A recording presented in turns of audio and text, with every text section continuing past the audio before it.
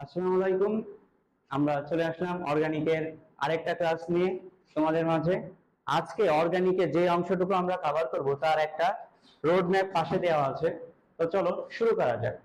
আজকে আমাদের প্রথম যে টপিক সেটা হচ্ছে সমানতা। সমানতা সমানতা ব্যাপারটা হচ্ছে যে আণবিক সংকেত আণবিক সংকেত একই, কিন্তু গাঠনিক সংকেত ভিন্ন। আর এই ভিন্নতার ফলে ভৌত ও রাসায়নিক ধর্মের পরিবর্তন দেখা যায়। এই ভিন্ন ভিন্ন এর ফলে ভৌত ও রাসায়নিক রাসায়নিক ধর্মে পার্থক্য দেখা যায়। ঠিক আছে, পার্থক্য থাকে। তাহলে কি বললাম, সমানতা ব্যাপারটা হচ্ছে যে কি আণবিক সংকেত একই কিন্তু গাঠনিক সংকেত ভিন্ন, এর ফলে ভৌত রাসায়নিক ধর্মে পার্থক্য থাকে। একটা এক্সাম্পল দিয়ে ব্যাপারটা ক্লিয়ার করে দিচ্ছি। এক্সাম্পলটা হচ্ছে যে আমরা একটা 2 কার্বন বিশিষ্ট অ্যালকোহল নিলাম, CH3CH2OH। এটা হচ্ছে ইথানল, সরি এটা হচ্ছে কি, হ্যাঁ ইথানল। এবার আমরা 2 কার্বন বিশিষ্ট একটা ইথার নিলাম, হ্যাঁ ইথার নিলাম। এইবার এই ইথানলের সাধারণ সংকেত বা হচ্ছে কি আণবিক সংকেতটা হচ্ছে কার্বন কয়টা আছে, একটা কার্বন, দুইটা কার্বন, কার্বন দুইটা, হাইড্রোজেন এখানে আছে তিনটা, এখানে আছে দুইটা, এখানে আছে একটা, মোট 6টা হাইড্রোজেন। আর অক্সিজেন আছে একটা। ঠিক আছে, এটা হচ্ছে এই ইথানলের আণবিক সংকেত। এইবার এই ইথারের আণবিক সংকেতটা হচ্ছে, দেখো এখানে আছে একটা কার্বন, একটা কার্বন, দুইটা কার্বন, C2। আর এখানে তিনটা হাইড্রোজেন, তিনটা হাইড্রোজেন, H6। আর এখানে একটা অক্সিজেন। দেখো এদের আণবিক সংকেত কিন্তু এক, তাই না? আণবিক সংকেত দেখো দুইটারই সেম, কিন্তু দেখো এদের গাঠনিক সংকেত ভিন্ন। এটা হচ্ছে অ্যালকোহল আর এটা হচ্ছে কি ইথার। ঠিক আছে, এই কারণে এদের ভৌত ধর্মের পার্থক্য দেখা যায়। আচ্ছা, তাহলে সমানতা কি, ব্যাপারটা ক্লিয়ার হলো। এবার আমরা দেখবো হচ্ছে সমানতার ক্লাসিফিকেশন। ঠিক আছে, সমানতা ক্লাসিফিকেশন। সমানতা মেইনলি হচ্ছে 2 প্রকার। ঠিক আছে, এক হচ্ছে গাঠনিক, গাঠনিক, আরেকটা হচ্ছে ত্রিমাত্রিক বা স্টেরিও, স্টেরিও। হ্যাঁ, তো এই গাঠনিক সমানতা আবার 5 প্রকার। কি কি? এক হচ্ছে চেইন, চেইন সমানতা। 2 নাম্বার হচ্ছে অবস্থান সমানতা, অবস্থান সমানতা। 3 নাম্বারটা হচ্ছে মেটামারিজম, মেটামারিজম। 4 নাম্বারটা হচ্ছে কার্যকরীমূলক, করিমূলক। 5 নাম্বারটা হচ্ছে টটোমারিজম, টটোমারিজম। তাহলে কি দেখলাম যে সমানতা 2 প্রকার, এক হচ্ছে গাঠনিক আর এক হচ্ছে কি ত্রিমাত্রিক বা স্টেরিও। এইবার গাঠনিক সমানতা আবার 5 প্রকার, এক হচ্ছে চেইন সমানু, অবস্থান সমানু, মেটামারিজম, কার্যকারীমূলক, আর একটা হচ্ছে টটোমারিজম। ঠিক আছে, এইবার ত্রিমাত্রিক বা স্টেরিও সমানতা হচ্ছে 2 প্রকার। একটা হচ্ছে কি জ্যামিতিক, ঠিক বা স্টেরিও বা সিস্টেন্স, সিস্টেন্স। আরেকটা হচ্ছে কি আলোক সক্রিয়। ঠিক আছে, তো আজকের ক্লাসে আমরা এই গাঠনিক সমানতার এই অংশটুকু কভার করব, ঠিক আছে? আচ্ছা, তো গাঠনিক সমানতার প্রথমে যেটা আছে সেটা হচ্ছে চেইন।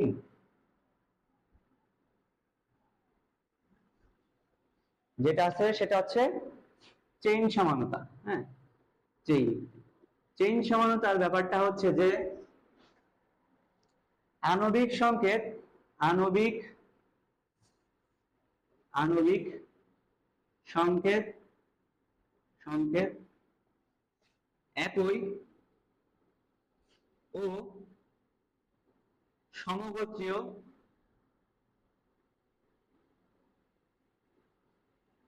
সমগোত্রীয় শ্রেণীর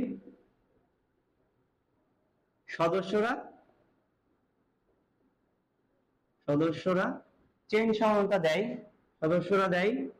আর এই চেইন সমানতা দেয়, আর এই সমানুতে কার্বন শিকল শাখা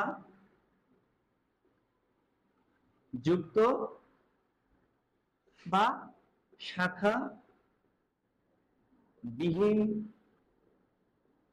হতে পারে, ঠিক আছে? তাহলে কি চেইন সমানু? কি চেইন সমানু হচ্ছে যে আণবিক সংকেত একই সমগোত্রীয় শ্রেণীর সদস্যরা দেয়, ঠিক আছে? এবার এই সমানুর একটা স্পেশাল বৈশিষ্ট্য হচ্ছে কি, যে কার্বন শিকল শাখা যুক্ত হতে পারে আর শাখা বিহীন হতে পারে। যেমন একটা উদাহরণ দেখো, একটা 4 কার্বন বিশিষ্ট একটা অ্যালকেন, ঠিক আছে? C4H10, ঠিক আছে? 4 কার্বন বিশিষ্ট একটা অ্যালকেন লিখি, 1 2 3 4, ঠিক আছে? এটা হচ্ছে কি N বিউটেন। এইবার আমরা করলাম কি, ঘাট তাড়ামো করে জাস্ট একটা কার্বনকে শাখায় নিয়ে আসলাম, এই একটা কার্বনকে শাখায় নিয়ে আসলাম। এটাও কিন্তু 4 কার্বন বিশিষ্ট একটা অ্যালকেন, কিন্তু এর নাম হচ্ছে কি আইসোবিউটেন, ঠিক আছে?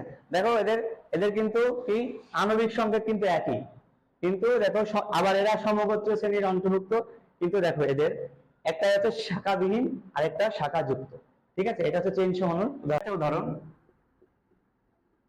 যে C5H12, ঠিক আছে? 5 কার্বন বিশিষ্ট, তাহলে একটা কার্বন, দুইটা কার্বন, তিনটা কার্বন, চারটা, পাঁচটা, ঠিক আছে? এটা হচ্ছে কি N পেন্টেন, ঠিক আছে? এইবার করলাম কি, ঘাট তাড়ামো করে একটারে নামাই নিয়ে আসলাম, ঘাট তাড়ামো করে 1 2 3 4, এই যে ঘাট তাড়ামো করে একটারে নামাই নিয়ে আসলাম, তখন এটা হয়ে গেল আইসোপেন্টেন, ঠিক আছে? এরপরে আমাদের যে মন ভরলো না, আমরা আরেকটু ঘাট তাড়ামো করবো। ঘাট তাড়ামো করে কি করলাম, একটা কার্বন দিলাম, কার্বনের 4টা হাত, এই 4টা হাতে 4টা কার্বন দিলাম, ঠিক আছে? তখন এটা হয়ে যাচ্ছে কি নিওপেন্টেন,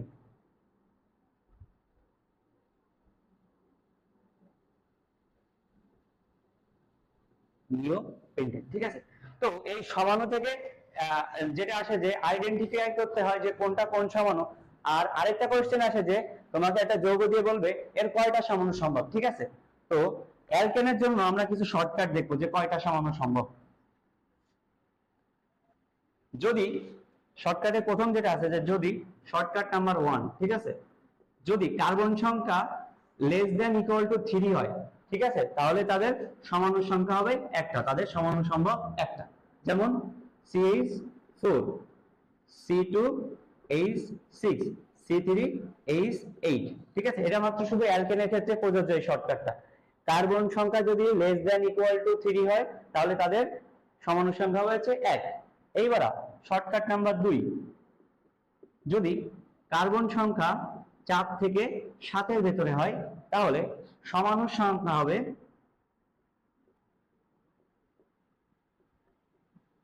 সমান সমান 2 to the power n-4 plus 1। এবার দেখো 4 থেকে 7 আমরা এটা যে কোনো একটা নাম্বার ধরে নিয়ে ভিতরে মনে করলাম 6 কার্বন, মানে C6H14, ঠিক আছে? C6H14, তো এখানে n এর মান কত? 6, তাহলে এখানে সমান্য সংখ্যা হবে হচ্ছে 2 to the power 6 minus 4 plus 1, ঠিক আছে। তাহলে 2 স্কয়ার প্লাস 1, তাহলে হচ্ছে কি 4 আর 1 5। তাহলে এইখানে আমরা বলতে পারি যে হেক্সেনের 5টা সমাণু সম্ভব, ঠিক আছে। এরপরে আরেকটা উদাহরণ দেখি, যে আমরা নিলাম কি 7 কার্বন বিশিষ্ট, 7 কার্বন বিশিষ্ট হেপটেন, ঠিক আছে। তো হেপটেন এখানে আছে যেহেতু 7 কার্বন বিশিষ্ট, তাহলে আছে n এর মান কত 7। তাহলে সমাণু সংখ্যা হবে 2 to the power 7 minus 4 plus 1, তাহলে 2 টু দি পাওয়ার 3 প্লাস 1, তাহলে 8 আর 1 9। তাহলে আমরা কি বলতে পারি যে হেপটেনের 7টা সমাণু সম্ভব। আচ্ছা, এটা শুধুমাত্র এই শর্টকাট তো শুধুমাত্র অ্যালকেনের ক্ষেত্রে প্রযোজ্য। আচ্ছা, তাহলে আমাদের চেন সমাণু গেল। এবার হচ্ছে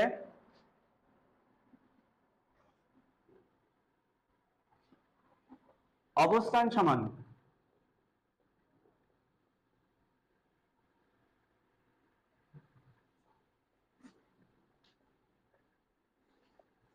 যে অবস্থান সমাণুটা হচ্ছে একই আণবিক সংকেত ও সমগোত্রীয়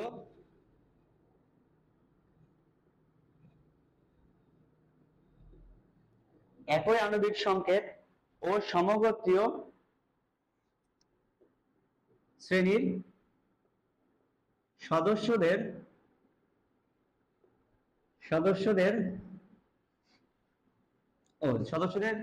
কার্বন শিকলে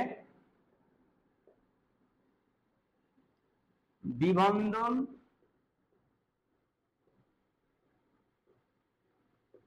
ত্রিবন্ধন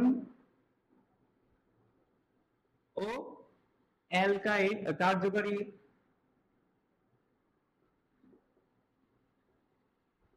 মূলকের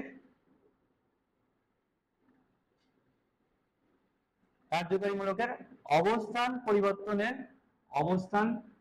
পরিবর্তনের ফলে সৃষ্টি হয়।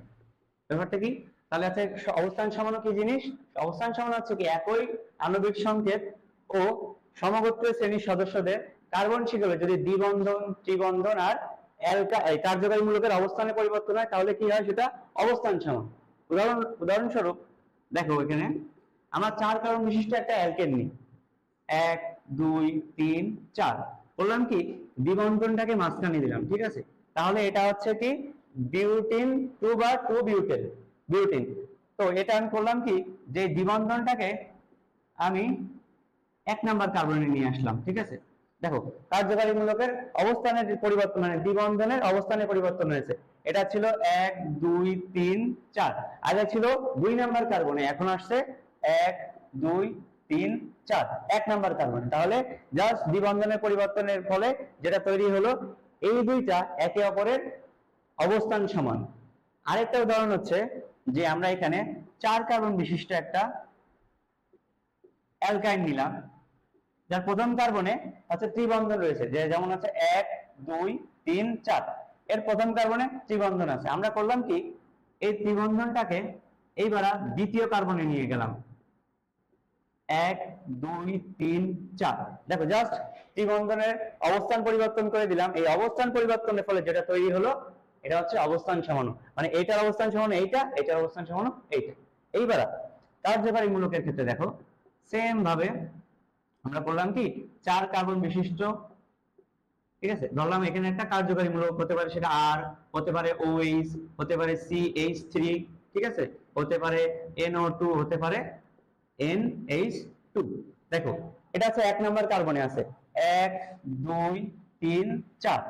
এরপরে আমি করলাম কি 1 2 3 4 কার্যকারী মূলকটাকে জাস্ট এখানে নিয়ে চলে আসলাম, OH CH3NO2 NH2।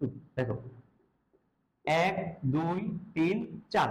দেখো আগে কার্যকারী মূলকটা কোথায় ছিল 1 নাম্বার কার্বন, এখন কার্যকারী মূলকটা কোথায় আসছে 2 নাম্বার কার্বনে। এই অবস্থান পরিবর্তনের ফলে যেটা তৈরি হয়েছে এরা পরস্পরের কি অবস্থান সমান, ঠিক আছে। আচ্ছা, তাহলে অবস্থান সমানও গেল।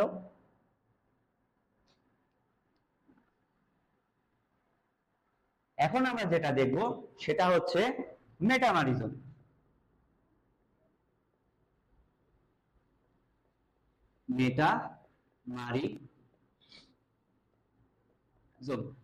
মেটামারিজম ব্যাপারটা কি? মেটামারিজম হচ্ছে কি, একই মানে সমগোত্রীয়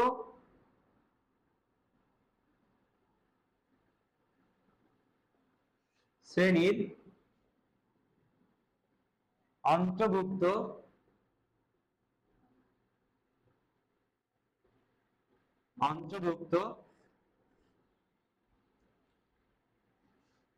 কার্যকরী মূলকের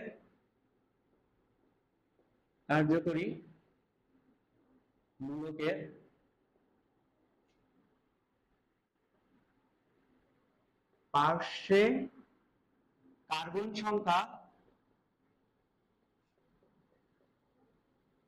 সংখ্যা ও অ্যালকাইল মূলকের ভিন্নতার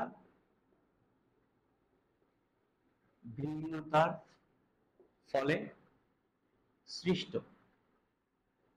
ব্যাপারটা কি দেখো, কি বলছি, সমগোত্রীয় শ্রেণীর অন্তর্ভুক্ত কার্যকারী মূলকের পার্শ্বে মানে পাশে যে কার্বন, পার্শ্বে কার্বন সংখ্যা ও অ্যালকাইল মূলকের ভিন্নতার ফলে সৃষ্টি হয়। ঠিক আছে, এবার উদাহরণের মাধ্যমে বোঝা কি ব্যাপারটা দেখো।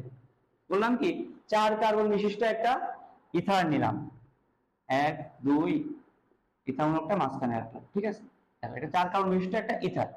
এইবার পরবর্তীতে করলাম কি, জাস্ট ইথারের এইটা মূলকটাকে এই পাশে নিয়ে আসলাম, 1 2 3 4। দেখো এটাও 4 কার্বন বিশিষ্ট একটা ইথার, এটাও 4 কার্বন বিশিষ্ট একটা ইথার। কিন্তু দেখো এইখানে যে কার্যকরী মূলকটা ছিল এর এক পাশে দুইটা কার্বন, আরেক পাশে দুইটা কার্বন। ঠিক আছে, কিন্তু এই কার্যকরী মূলকটার কথা চিন্তা করো, দেখো এর এখানে একটা ইমব্যালেন্স তৈরি হয়ে গেছে। কি হয়েছে দেখো, এখানে হচ্ছে একটা কার্বন আর এখানে 3টা কার্বন, ইমব্যালেন্স তৈরি হয়েছে না? তাহলে এটা হচ্ছে পরস্পরের কি মেটামারিজম। কারণ সংজ্ঞায় কি বলছিলাম, সমগোত্রীয় শ্রেণী অন্তর্ভুক্ত কার্যকরী মূলকের পার্শ্ব কার্বনে। দেখো এই ইথার, এটা ইথার, এটা ইথার, তাহলে সমগোত্রীয়। ঠিক আছে, এর কার্যকরী মূলক কোনটা? এই যে ইথারের কার্যকরী মূলক এটা, এটা। এর দুই পাশে মানে পাশে কার্বন সংখ্যার ইমব্যালেন্স যখন তৈরি হবে তখন মেটামারিজম হবে। দেখো প্রথমে ছিল এখানে দুইটা কার্বন, এখানে দুইটা কার্বন, কোনো ইমব্যালেন্স ছিল না। কিন্তু এইখানে যখনই আমি এটার পজিশন চেঞ্জ করছি তখন একটা ইমব্যালেন্স তৈরি হয়ে গেছে, এখানে একটা হয়ে গেছে আর এখানে 3টা হয়ে গেছে। ঠিক আছে, একইভাবে আরেকটা উদাহরণ দেখি।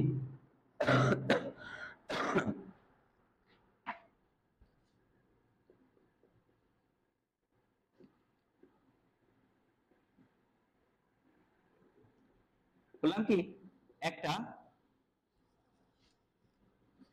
অ্যালডিহাইড নিলাম, একটা কিটোন নিলাম, সরি কিটোন নিলাম, এটা হচ্ছে একটা কিটোন। এবার জাস্ট আমি এখানে 5টা কার্বন, এই কার্বনের পজিশনটা চেঞ্জ করলাম। ঠিক আছে, মানে কার্বনিল মূলকের পজিশনটা জাস্ট চেঞ্জ করলাম। ঠিক আছে, তো দেখো এটা ছিল আমার কার্যকারী মূলক। ঠিক আছে, এটা কি ছিল আমাদের কার্যকারী মূলক। কার্যকারী মূলকের এক পাশে কয়টা কার্বন? 2টা কার্বন, এক পাশে আরেক পাশে 2টা কার্বন, কোনো ইমব্যালেন্স নেই, তাই না? দুই পাশে সমান। কিন্তু যখনই আমি এই কার্যকারী মূলকটাকে সরাই এই পাশে আনছি, দেখো এই পাশে একটা ইমব্যালেন্স তৈরি হয়ে গেছে, এই পাশে একটা কার্বন আর এই পাশে 3টা কার্বন। তাহলে এখানে কিন্তু ইমব্যালেন্স ছিল না, আর এখানে এসে ইমব্যালেন্স তৈরি হয়েছে, তার মানে এটা কি মেটামারিজম। এইবার আমি যদি কার্যকারী মূলকটাকে প্রথম কার্বনে আনি, দেখো প্রথম কার্বনে আনি, ঠিক আছে, ঠিক আছে, এই তখন দেখো এটা কিন্তু এখনো কিটোন ছিল, এটা কিটোন। কিন্তু যখনই আমি কার্যকারী মূলকটাকে 1 নম্বর কার্বনে আনছি মানে কার্বনিক মূলকটাকে, তখন এটা হয়ে গেছে একটা কি অ্যালডিহাইড। হ্যাঁ, অ্যালডিহাইড। আর এবার দেখো এই দেখো কার্যকারী মূলক হচ্ছে এইটা, এর এক পাশে আছে 4টা কার্বন। ঠিক আছে, আর এক পাশে কার্বন নাই, ইমব্যালেন্স তৈরি হয়েছে না? কারণ দেখো এই প্রথম এটা তো মাতৃ মানে মাদার যে কিটোন ছিল সেটা তো এটা থেকে তো আসছে এটা। তাহলে এখানে ছিল 2 2, এখানে একটা বৈষম্য দেখা গেছে, এক পাশে ইমব্যালেন্স হয়ে 1, এই পাশে 3। আর এখানে দেখো ইমব্যালেন্স হয়ে এই পাশে নাই আর এই পাশে 4টা। ঠিক আছে, তাহলে এইটার মেটামারিজম কিন্তু এই যে এই 3। ঠিক আছে, তো মেটামারিজম ছিল এটা। এখন মেটামরিজম সম্পর্কে একটা গুরুত্বপূর্ণ নোটটা হচ্ছে কি, যে মেটামরিজম কাদের ক্ষেত্রে সম্ভব? মেটামরিজম তাদের ক্ষেত্রে সম্ভব যারা হচ্ছে দ্বিযোজী কার্যকরীমূলক যুক্ত ইথার, কিটোন ও সেকেন্ডারি অ্যামিন। তার মানে কি, মেটামরিজম শুধুমাত্র দ্বিযোজী কার্যকরীমূলক যুক্ত ইথার, কিটোন ও সেকেন্ডারি অ্যামিনের ক্ষেত্রে দেখা যায়। আচ্ছা দেখো, আমরা আমাদের ক্লাসের আজকে শেষ পর্যায়ের দিকে চলে আসছি। আমাদের লাস্ট টপিক টটোমারিজম। দেখো, টটোমারিজমের এটা বোঝার আগে আমাদের কয়েকটা এর বৈশিষ্ট্য সম্পর্কে জানতে হবে। তো বৈশিষ্ট্যের প্রথমে যেটা আছে যে কার্বনিল মূলকযুক্ত অ্যালডিহাইড আর কিটোইনল টটোমারিজম প্রদর্শন করে। মানে মাস্ট বি ওখানে কার্যকরী মূলক হিসেবে মানে কার্বনিল মূলক থাকতে হবে, না হলে সেটা এই কিটোইনল টটোমারিজম দেবে না। ঠিক আছে। আচ্ছা, 2 নম্বরে হচ্ছে কি আলফা হাইড্রোজেন থাকতে হবে, আলফা হাইড্রোজেন থাকতে হবে। 3 নম্বরে হচ্ছে, তাহলে 1 গেল 2 গেল। 3 নাম্বারটা হচ্ছে সঞ্চারণশীল পাই ইলেকট্রন থাকতে হবে। সঞ্চারণশীল পাই ইলেকট্রন বলতে যাতে ইলেকট্রন গুলো ফ্রিলি মুভ করতে পারে ওখানে। আচ্ছা, 3 নাম্বারটা হচ্ছে মৃদু ক্ষার ও মৃদু অ্যাসিড দ্রবণ টটোমারিজম প্রদর্শন করে। মৃদু ক্ষার কোনটা ভাইয়া? মৃদু ক্ষার বলতে আমরা এখানে ধরতে পারি অ্যামোনিয়াকে। ঠিক আছে। আর মৃদু অ্যাসিড মানে সব কার্বন মানে অর্গানিক যে অ্যাসিড গুলো আছে সবই মৃদু অ্যাসিড। যেমন উদাহরণ হিসেবে আমরা মিথানোয়িক অ্যাসিডকেও ধরতে পারি। ঠিক আছে, এটা যে কোনো ভাবে যে কোনো কিছু ধরা যাবে, মানে সব অর্গানিক অ্যাসিডই মৃদু অ্যাসিডের অন্তর্ভুক্ত। তাহলে মৃদু ক্ষার ও মৃদু অ্যাসিড দ্রবণ টটোমারিজম প্রদর্শন করে। আচ্ছা, তাহলে 5 নম্বরটা হচ্ছে যে কিটোন সমাণু অধিক স্থায়ী ইনল সমাণু থেকে। মানে কিটোইনল দুইটাই তো দেয়, এর ভিতরে কিটোন সমাণুটা অধিক স্থায়ী মানে স্থিতিশীল। ঠিক আছে। আচ্ছা, 6 নাম্বারটা হচ্ছে যে কাইন্ড অফ, এটা হচ্ছে এই টটোমারিজমটা হচ্ছে কাইন্ড অফ কার্যকারীমূলক সমাণু। দেখো এখানে লেখা আছে যে গতিশীল কার্যকারীমূলক অবস্থা। এই সঞ্চারণশীল পাই ইলেকট্রনের কারণে এই গতিশীল নামটা আসছে। ঠিক আছে। আচ্ছা, 6 গেল। 7 নাম্বারটা হচ্ছে যে অ্যালডিহাইড ইনলের তুলনায় কিটোইনলের শতকরা পরিমাণ স্থায়িত্ব বেশি। মানে এই যে কিটোইনল যে টটোমারিজম দেয়, অ্যালডিহাইড ইনলও টটোমারিজম দেয়, কিন্তু এদের তুলনায় কিটোইনলের শতকরা পরিমাণ ওই স্থায়িত্ব বেশি। আচ্ছা, এখন তো আমরা দেখলাম এর বৈশিষ্ট্য, এবার আমরা উদাহরণের মাধ্যমে দেখি। ঠিক আছে।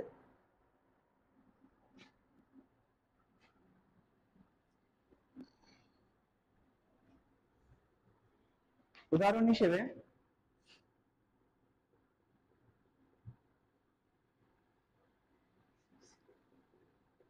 আমরা একটা কিটোন নিব।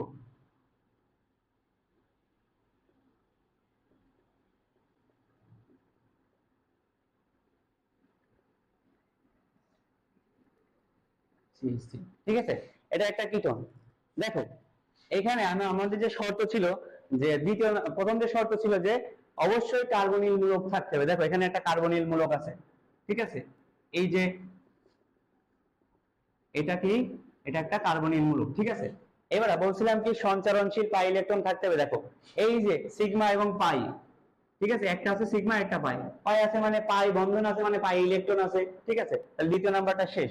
এবার তৃতীয় নাম্বারে ছিল কি আলফা হাইড্রোজেন থাকতে হবে। দেখো এইটা হচ্ছে আমাদের কার্যকারী মূলক। কার্যকারী মূলকের এই পাশে এই প্রথমটা হচ্ছে আলফা কার্বন। ঠিক আছে, এই পাশেরটা আলফা কার্বন।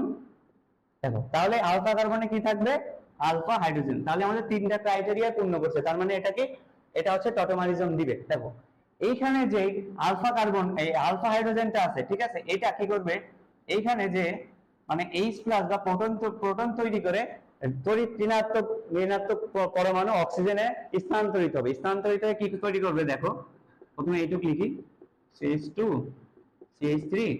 দেখো স্থানান্তরিত হয়ে এই অক্সিজেন এসে OH গঠন করবে। ঠিক আছে, আর এখানে CH2।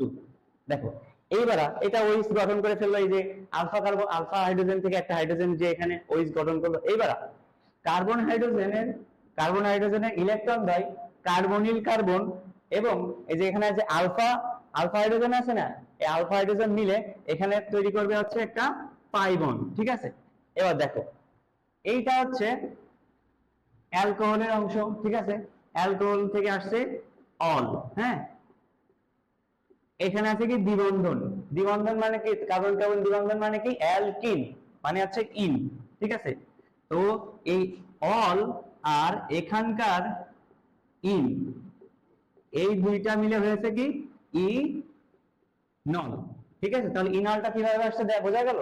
আচ্ছা, এইবার আমরা একটা উদাহরণ দেখব। উদাহরণটা হচ্ছে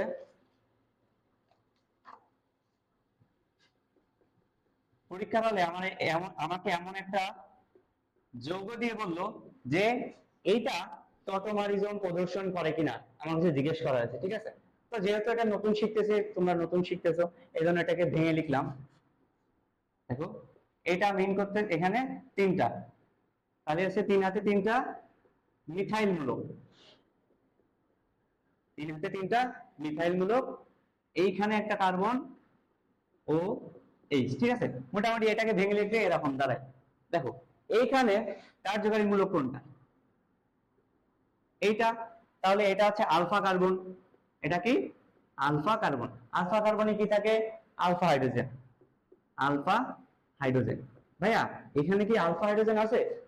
উত্তরটা যদি না হয় তাহলে এটা টটোমারিজম দিবে না। উত্তরটা না কেন, দেখো এই কার্বনের হাত তো এটা 4টা, এই 3টা হাতে কিন্তু কার্বন মিথাইল মূলক আছে। ঠিক আছে, আর একটা হাত দিয়ে তো এই কার্বনের সাথে যুক্ত, তার মানে এখানে কোনো হাইড্রোজেন আলফা হাইড্রোজেন নাই, তার মানে এটা টটোমারিজম দিবে না। আচ্ছা, এবার আরো একটা উদাহরণ দেখি।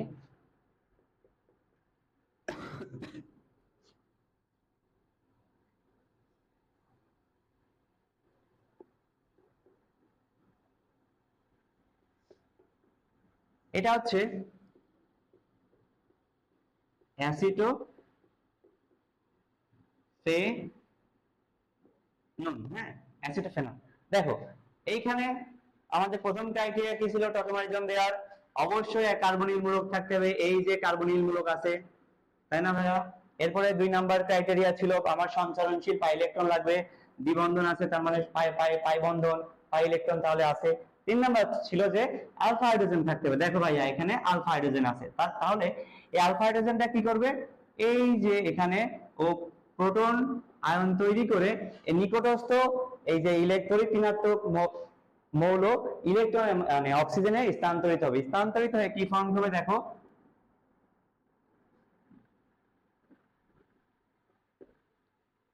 COH। ঠিক আছে, CH2। আবার সেই প্রথমকার ব্যাখ্যা যে কার্বন হাইড্রোজেন এর কার্বন হাইড্রোজেনের ইলেকট্রন দ্বয় কার্বনিল কার্বন ও পাই ইলেকট্রনের মাধ্যমে, এই সরি, এই যে এখানে সিগমা সিগমা ইলেকট্রনের মাধ্যমে এখানে পাই বন্ধন গঠন করবে। ঠিক আছে, আচ্ছা দেখো এটা তাহলে টটোমারিজম দিল। এবার আমরা আরেকটা উদাহরণ দেখব যে C6H5CHO এর নাম আছে বেনজালডিহাইড।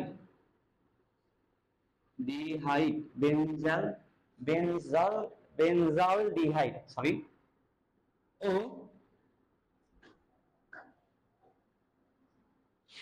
ও C6H5 এটার নাম হচ্ছে বেনজোফেনন। ঠিক আছে, বেনজোফেনন। ঠিক আছে, এই দেখো বেনজালডিহাইড আর বেনজোফেনল টটোমারিজম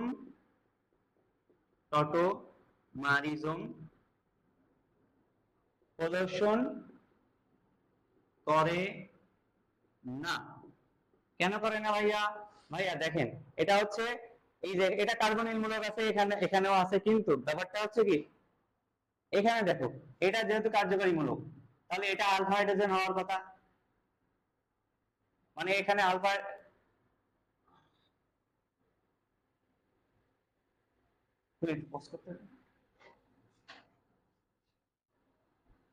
আচ্ছা, এই যে বেনজালডিহাইড আর বেনজোফেনন টটোমারিজম প্রদর্শন করে না, কেন করে না? দেখো ভাইয়া, আমরা যদি বেনজালডিহাইডটা আঁকি,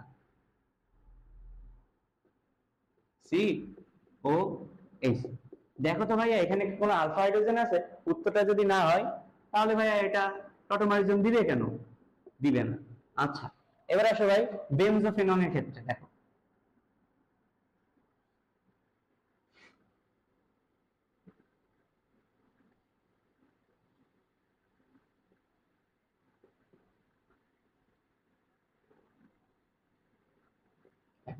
এখানে কি ভাই আলফা হাইড্রোজেন আছে?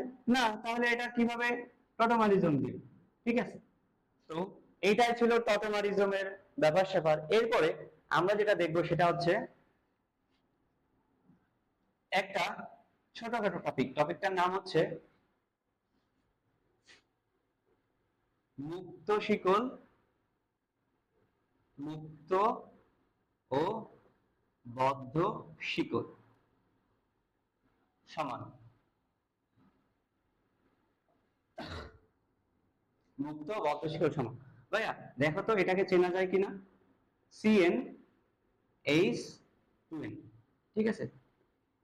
এটা দেখার সঙ্গে সঙ্গে আমাদের মাথায় কার কথা আসে? যে ভাইয়া এটা হচ্ছে একটা alkyne, carbon carbon double bond, এটা একটা অ্যালকিন। ঠিক আছে, ঠিক আছে, লিখলাম অ্যালকিন।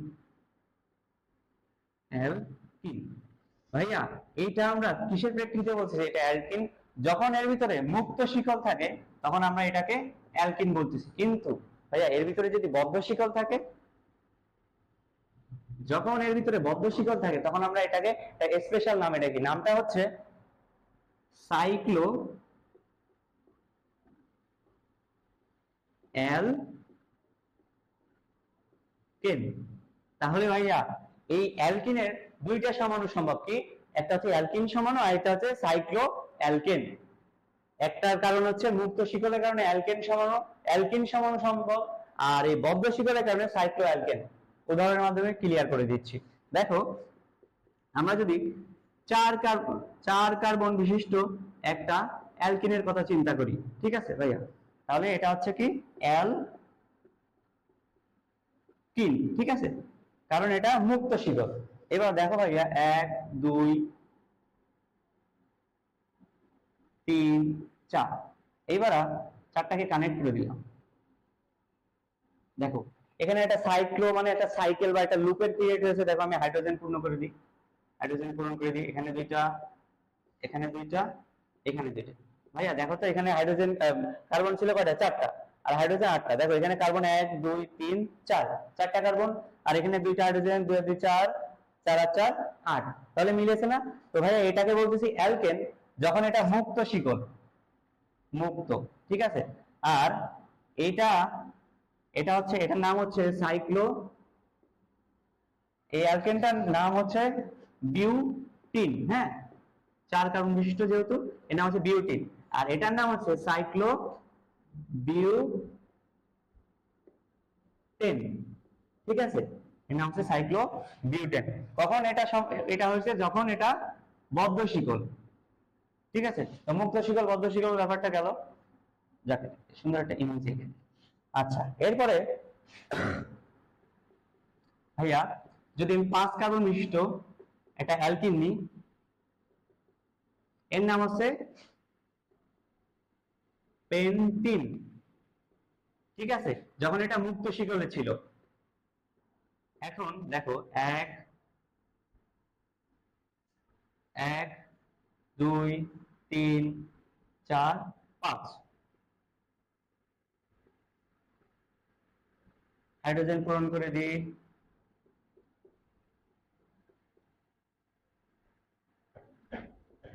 হাইড্রোজেন পূরণ করে দিই। দেখো এটা বদ্ধ শিকলের কারণে এটার নাম হয়ে গেছে সাইক্লো পেন্টেন, ঠিক আছে। তো এই যে মুক্ত শিকল আর বদ্ধ শিকল, এর মাধ্যমে আজকে আমাদের ক্লাস এখানে সমাপ্ত হচ্ছে। দেখা হবে আগামী কোনো ক্লাসে। সকলের সুস্বাস্থ্য কামনা করে ক্লাস শেষ করছি। আসসালামু আলাইকুম।